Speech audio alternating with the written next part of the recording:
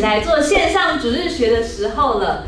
现在也邀请我们大家跟我们的朋友一起来唱这首歌，叫做《我需要有你在我生命中》。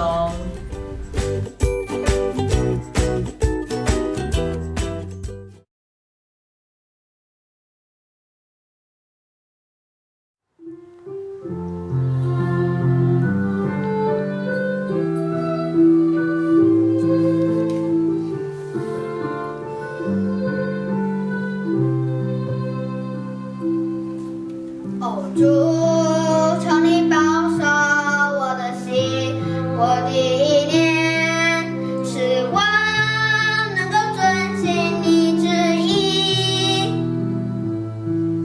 我愿将你话语深藏在我心，做路上的光，成为我脚前的灯。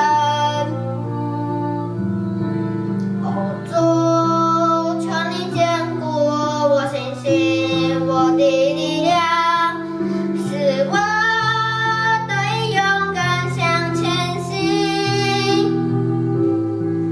因我知道有时我能会软弱，求你带领我，使我不会再退缩。我需要有你在我生命中。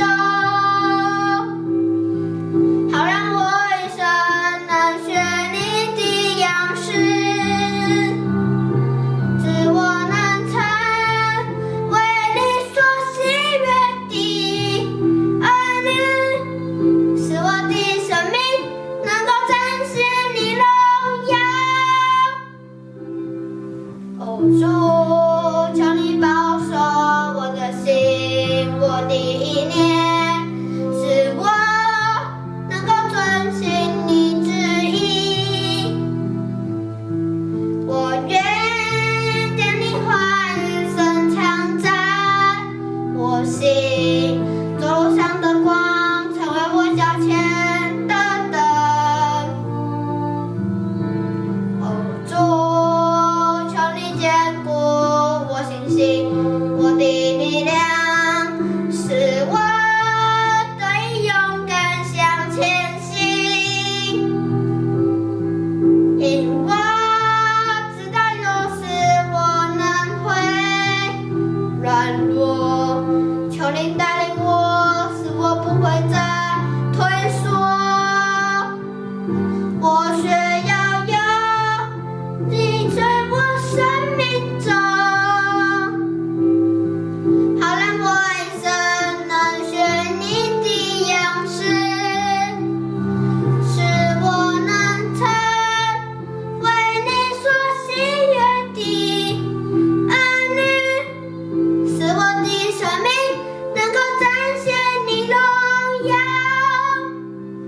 我需要有你在我生命中，好让我一生能学你的样式，使我能成为你所喜悦的儿女，使我的生命能够展现你荣耀。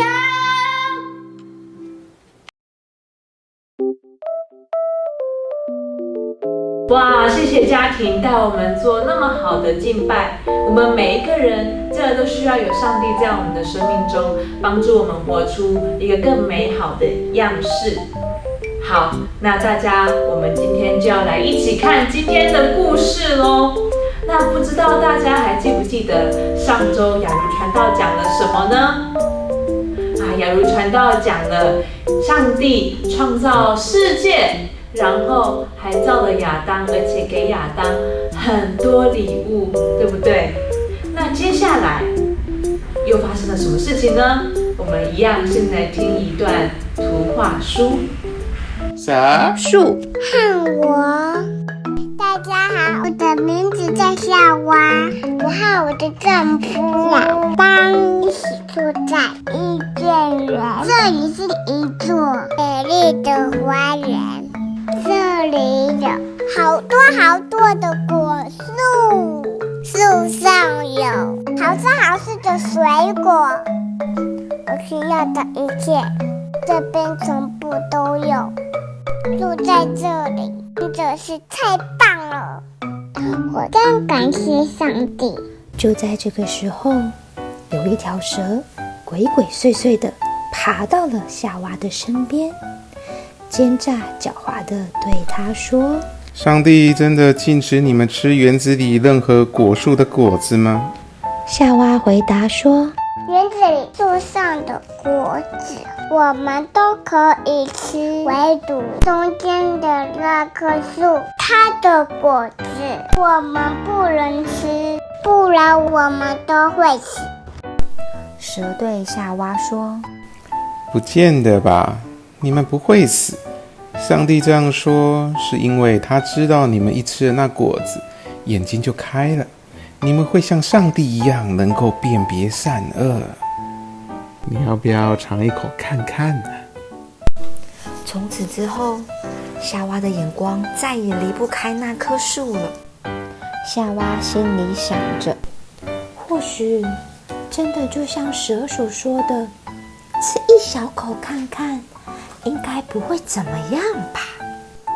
于是夏娃就摘了那棵树的果子，咬了一口，吃了进去。夏娃说：哇，为什么这么好吃？亚当，来试试看这个。这是什么啊？就是放了中间的果实啊。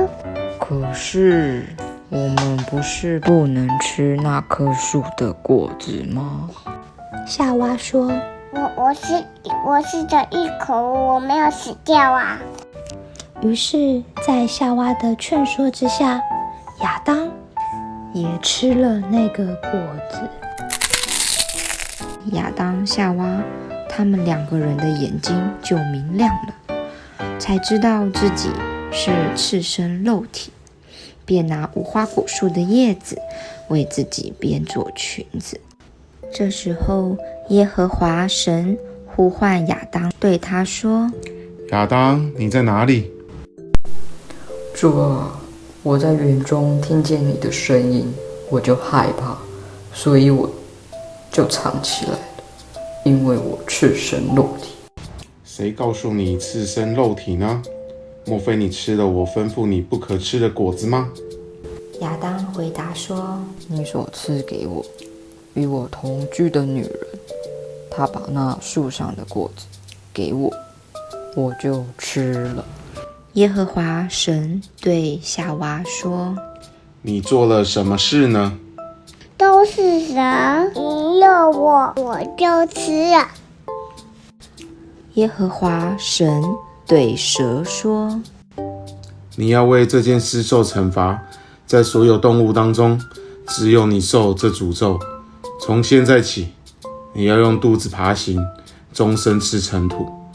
我要使你跟那女人彼此仇视，她的后代跟你的后代互相敌对。她要打碎你的头，你要咬伤她的脚跟。神又对夏娃说：我要大大增加你怀孕的痛苦，生产的阵痛。虽然这样，你仍然依恋着你的丈夫，而他要管辖你。神又对亚当说：你既然听从了妻子的话，吃了我禁止你吃的果子，土地要因你违背命令而受到诅咒。你要终身辛劳，才能生产足够的粮食。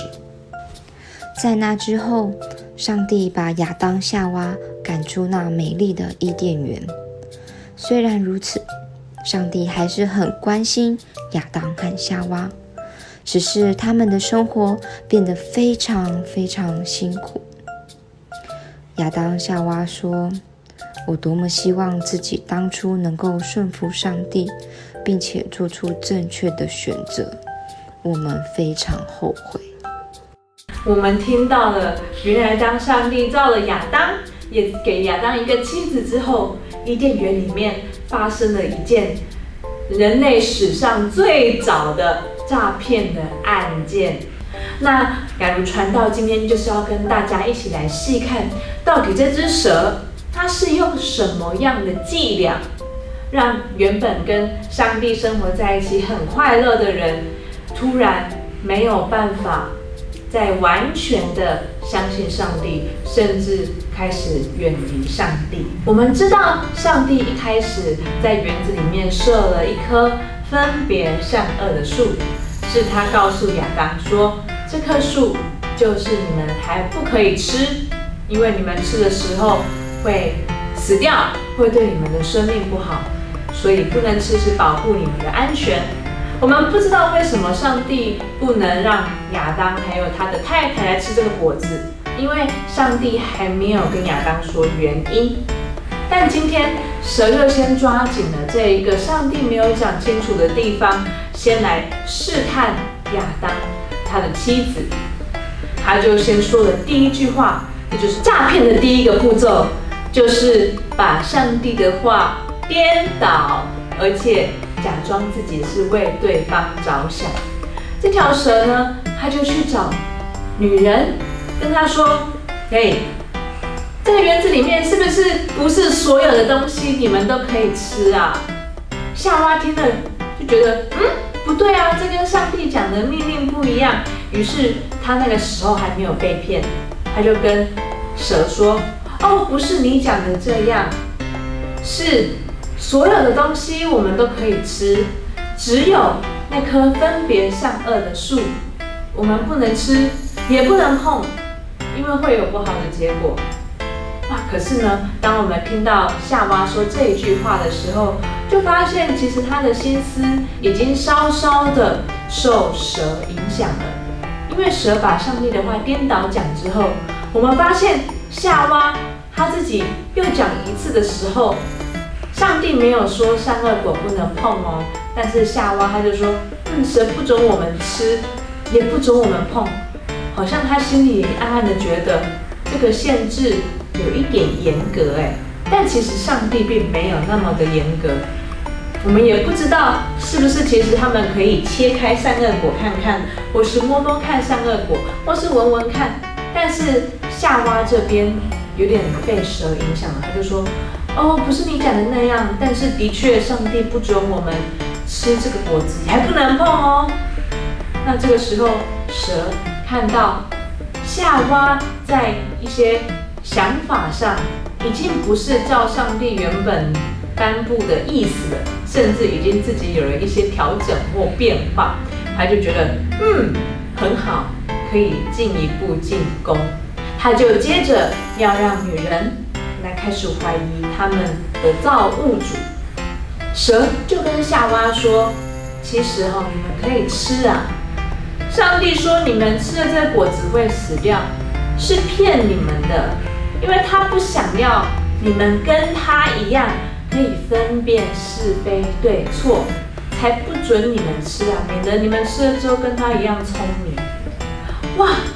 没想到蛇的这一招好像让夏娃的信心动摇了，所以诈骗的第二步就是让我们怀疑我们原本信任的人，甚至是我们原本信任的一个价值观。接着第三步，蛇已经不见得有做什么了，这个时候是夏娃她自己在心里的一个状态。圣经上说，夏娃呢，她就那个时候就自己在想，她就看着这个善恶果的果子，这样想来想去，说，它看起来很美呀，园子里面那么多果子，但它怎么越看越漂亮？好像有的时候我们得不到的东西，它反而越来越好，越来越漂亮。现在夏娃满心想着这个他们不能够去吃的东西，他觉得，蛇说的有道理，说不定是上帝在骗我们呢。于是他就吃了，然后也分给在他旁边的亚当吃。这个时候也有另外一件很奇怪的事情，就是其实亚当说不定就在他的老婆身边，也听见蛇说的话哦。因为蛇每次说话都是说，你们上帝是不是这样跟你们说啊？但是都是夏娃在跟蛇讲话，亚当没有讲话，但他可能就在旁边看。所以诈骗的第3步是内心的欲望被挑起，接着第4步是旁边的人没有阻止他。于是这4个步骤发生之后呢，整个诈骗就完成了。忽然整个环境就变得不一样了。他们说天起了凉风，夏娃和亚当突然觉得不对劲，他们觉得很丢脸、很羞愧。我不知道大家有没有做过很丢脸的事情的经验。雅茹传道小时候呢，很喜欢吃果冻。我小学回家的时候，每天午餐结束之后都可以吃2个果冻。但有一天，我因为太想吃果冻了，我就自己偷偷再去冰箱多拿了1个果冻，塞到我的背包。但那个果冻不是我的，是阿公阿嬷买好放在那边大家一起吃的。那我就拿1个之后，我又觉得不够，我又多拿几个果冻放到我的包包里面。结果没想到，我的阿嬷呢，她都会很清楚的分配每天大家要一起吃什么东西，所以她一打开冰箱检查，发现，怎么有好几个果冻不见了？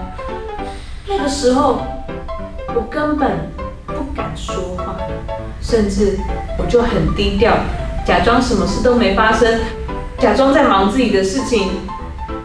我阿嬷她也有她自己的聪明，她就去检查我的书包，还有妹妹的书包，结果果然发现我的书包里面放了我很想吃的果冻。于是她就大声地说：“雅茹，你怎么学会偷东西了？”那个时候是不是觉得很丢脸呢？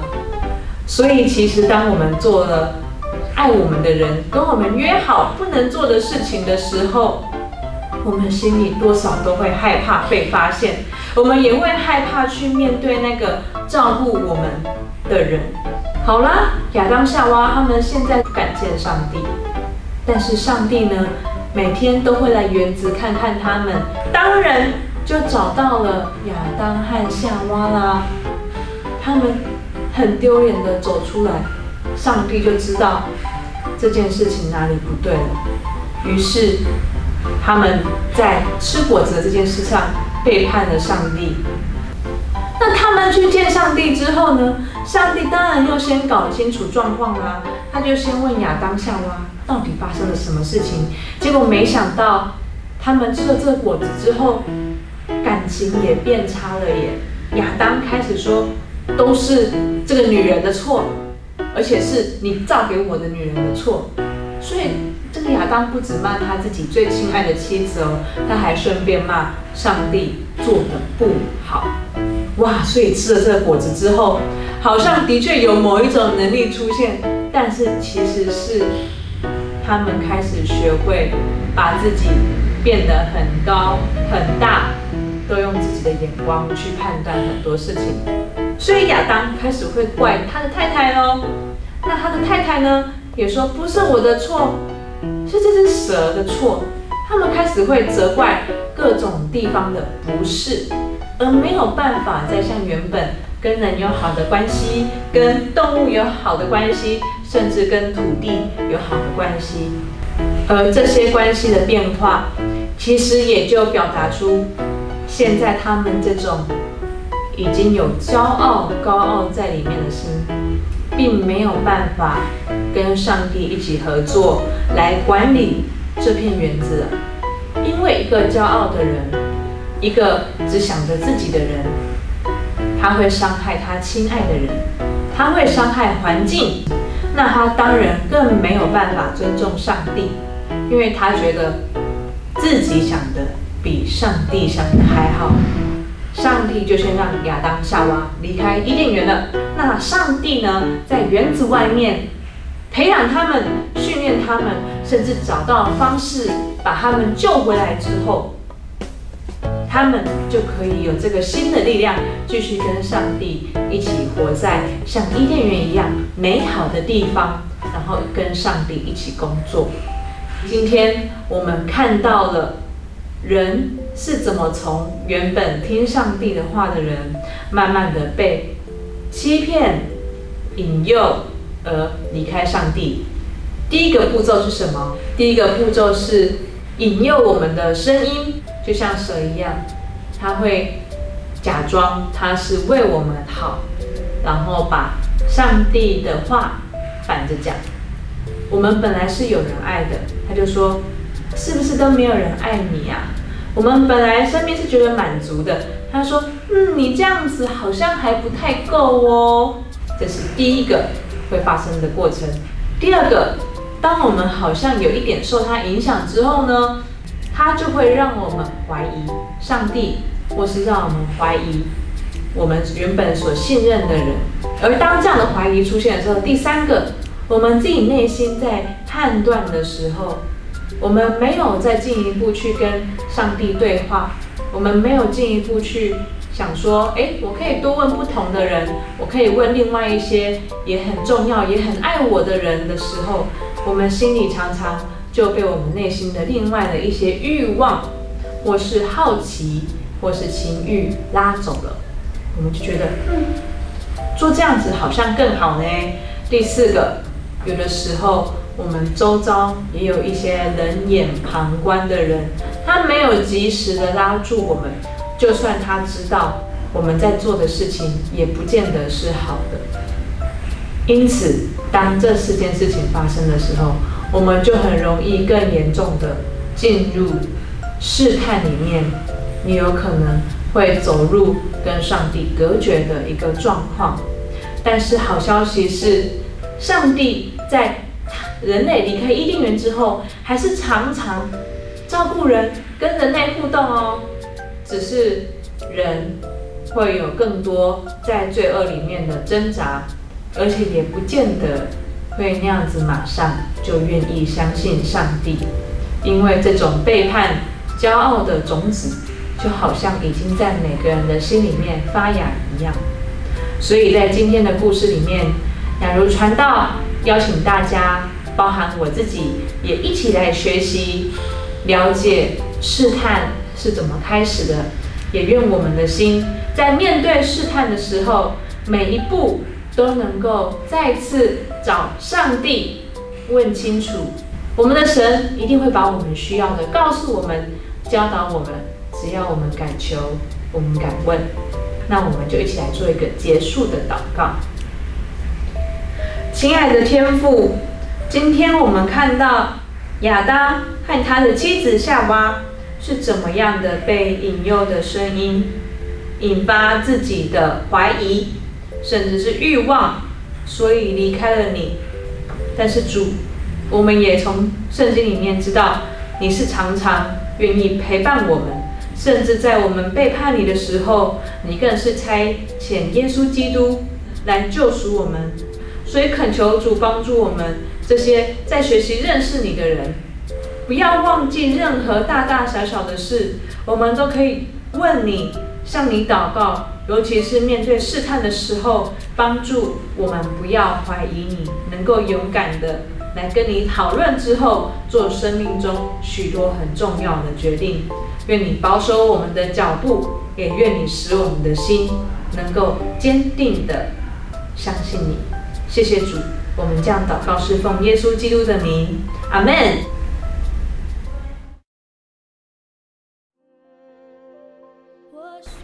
接下来邀请大家来奉献，我们献上我们微薄的金钱，来纪念上帝是怎么样给我们这许多丰富的恩典还有引导。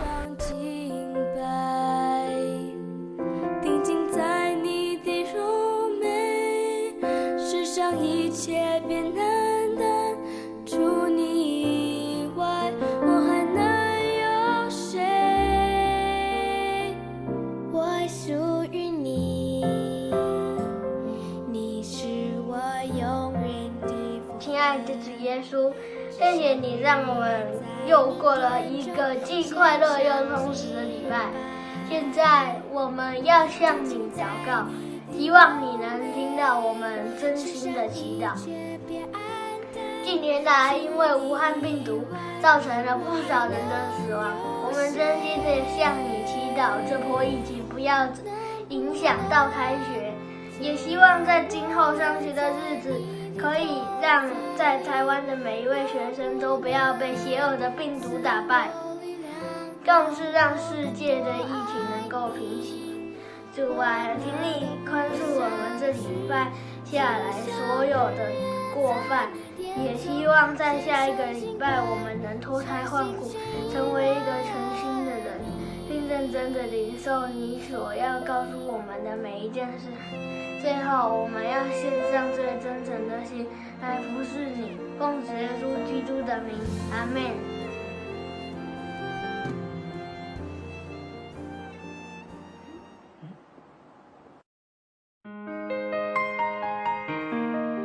亲爱的天父，感谢你让台湾的疫情渐渐的受到控制，感染的人数和死亡的人数逐日下降，让还没打到疫苗的人尽快接种疫苗。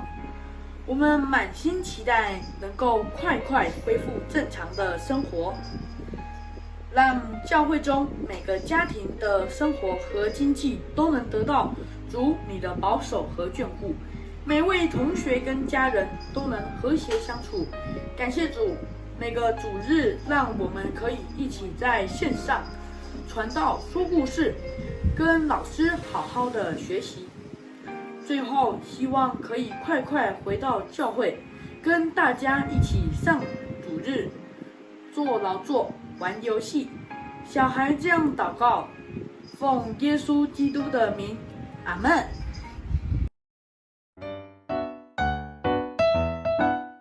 当照耶和华你上帝所吩咐的孝敬父母，使你得福，并使你的日子在耶和华你上帝所赐你的地上得以长久。申命记第5章16节。